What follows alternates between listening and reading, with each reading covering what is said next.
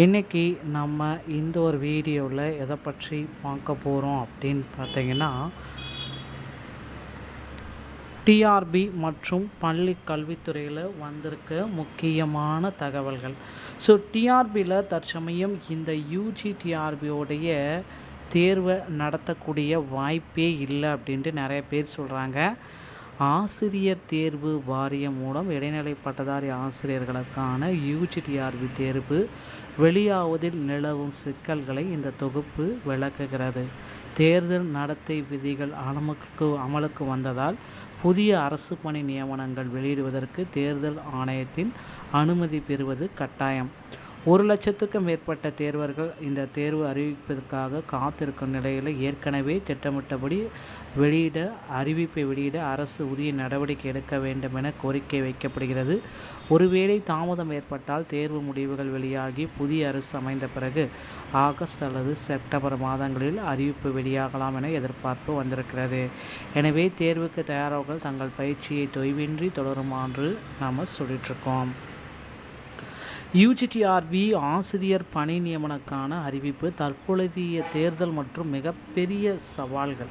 So தேர்தல் விதிமுறைகள் அப்படின்னு நம்ம பார்க்குறப்போ புதிய நியமனங்களுக்கு மிகப்பெரிய அளவில் கட்டுப்பாடு இருந்திருக்கு. ஸோ புதிய நடத்தை விதிகள் அமலுக்கு வந்துள்ளதால் இந்த 1,00,000 பேரால் ஒன்றுமே செய்ய முடியாது அப்படின்ற மாதிரி. ஸோ ஆல்ரெடி மார்ச் 15ஆம் தேதியே இதை அறிவிச்சிட்டாங்க. தற்பொழுது பார்த்திங்க அப்படின்னா 1.3 முதல் 1.4 லட்சம் தேர்வர்கள் பாதிப்படைகிறாங்க. ஆசிரியர் தகுதி தேர்வு தாள் 2 டெட் தேர்வில் தேர்ச்சி பெற்று அடுத்த கட்ட நியமன தேர்வுக்காக காத்திருக்கும் ஆசிரியர்கள் எண்ணிக்கை இது. அவசர தேவைக்கு அனுமதி அவசியம். மிக மிக அவசியமான தேவைகள் மட்டுமே இருந்தால் தேர்தல் ஆணையத்திடம் சிறப்பு அனுமதி பெற்று புதிய அறிவிப்புகளை வெளியிடலாம். ஸோ தற்பொழுதைய அறிவிப்புகள் 50% பார்த்திங்கன்னா சாத்தியக்கூறுகள் இருக்குது. ஒரு 2 வகையான அறிவிப்பு வெளியாகுவதில் ஆண்டு திட்டத்தை ஆல்ரெடி ஆனுவல் பிளானரில் இடம்பெற்ற தேர்வு டிஆர்பியின் 2024-25 ஆண்டு பிளானில் ஏற்கனவே அறிவிக்கப்பட்டிருந்தால் அதை காட்டி வேணால் அனுமதி கோர வாய்ப்புகள் இருக்குது. அரசின் முன்னுரிமை காலி பணியிடங்களை நிரப்பதில் அரசு ஆர்வம் காட்டி தேர்தல் ஆணையத்திடம் அனுமதி பெற்றால் மட்டுமே மார்ச் மாதத்திற்குள் அறிவிப்பு வெளியாகும் என்று அறிவிப்புகளில் இருக்குது. பிற மாநிலங்கள் முன்னுதாரணங்கள். சில மாநிலங்களில் தேர்தல் தேதி அறிவிக்கப்பட்டதற்கு சில மணி நேரங்களுக்கு முன்பே முக்கிய அறிவிப்புகள் வெளியிடப்பட்டதை ஒரு நூதனமாக வைத்திருக்காங்க. ஸோ ஆல்ரெடி தேர்தல் தேதி வைக்கிறாங்கன்னா அன்றைக்கி காலையில் நோட்டிஃபிகேஷன் வெளியிடுவாங்க. ஓகேங்களா, அந்த மாதிரி பண்ணியிருக்காங்க. ஆகஸ்ட் அல்லது செப்டம்பர் அறிவிப்புகள் வரலாம். மார்ச் மாதத்தில் அறிவிப்பு வராத பட்சத்தில் தேர்தல் முடிந்த பிறகு புதிய அரசு அமைந்த பிறகு 2-3 மாதங்களுக்கு பிறகு அறிவிப்பு வரலாம். புதிய பட்ஜெட் மற்றும் நிதி ஒதுக்கீடு செய்வாங்க. புதிய அரசு அமைந்த பிறகு நிதி ஒதுக்கீடு மற்றும் காலி பணியிட மதிப்பாய்வு போன்ற நடைமுறைகளுக்கு பிறகே தேர்வு வாரியம் செயல்பட தொடங்கும். அறிவிப்பு தள்ளி போனாலும் இந்த 2025-26 கல்வியாண்டிற்கு நியமன தேர்வு நடத்தப்படுவது உறுதி என எதிர்பார்ப்புகள் அதிகமாக இருக்குது.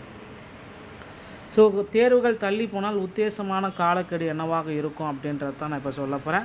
மே 4 தேர்தல் முடிவுகள் வந்துருச்சு. தேர்தல் முடிவுகள் வெளியாகி புதிய அரசு அமைந்த பிறகு அடுத்த கட்ட நடவடிக்கைகள் தொடங்கும். ஒரு 3 மாதத்தில் பார்த்திங்கன்னா உங்களுக்கு ஒரு அப்டேட் கொடுத்துருவாங்க. ஸோ தயாரிப்பில் கணக்க வேண்டாம். அறிவிப்பு மார்ச் மாதத்தில் வராவிட்டாலும் இந்த அறிவிப்பு கண்டிப்பாக இந்த ஆண்டுக்குள்ளார உங்களுக்கு வந்துடும். ஸோ உங்களுடைய தயாரிப்பு அடுத்த கட்டத்தை எல்லாமே ரெடியாக வச்சுக்கோங்க. அடுத்து பார்த்திங்கன்னா உங்களுடைய யூஜிடிஆர்பி அடுத்தடுத்த கட்டத்திற்கு பார்த்திங்கன்னா ஆசிரியர் தேர்வு வாரியம் நகர இருக்குது. ஸோ அடுத்த கட்டத்திற்கு நீங்கள் ஒர்க்கை ஸ்டார்ட் பண்ணிக்கோங்க. படிக்கிற ஸ்டடீஸ் எல்லாம் நிறுத்தாமல் படிச்சுக்கோங்க. அடுத்து பார்த்திங்கன்னா அந்த முதுகலை பட்டதாரியுடைய செகண்ட் CV லிஸ்ட்டு பட்டியலை ரிலீஸ் பண்ணியிருக்காங்க. ஸோ அதை யாரும் இன்னும் பார்க்கல அப்படின்னா தயவுசெய்து பிஜிடிஆர்பியோடைய செகண்ட் CV லிஸ்ட்டு பப்ளிஷ் ஆகிருக்கு. செக் பண்ணி பார்த்துக்கோங்க மக்களே. ஸோ பிஜிடிஆர்பியை பொறுத்தவரை டிஆர்பியில் இந்த தகவல்கள் அனைத்துமே உங்களுக்கு ரொம்ப ரொம்ப பயனுள்ள தகவலாக இருக்கும் அப்படின்றது நான் உங்களுக்கு இப்போ சொல்லிகிட்ருக்கேன். நீங்கள் நம்முடைய சேனலில் முதல் முறையாக பார்க்குறீங்க அப்படின்னா மறக்காமல் சப்ஸ்கிரைப் அண்ட் பெல்லை கிளிக் பண்ணி வச்சுக்கோங்க. ஸோ மீண்டும் ஒரு நல்ல தகவலோடு நான் உங்களை சந்திக்கிறேன். நன்றி, வணக்கம்.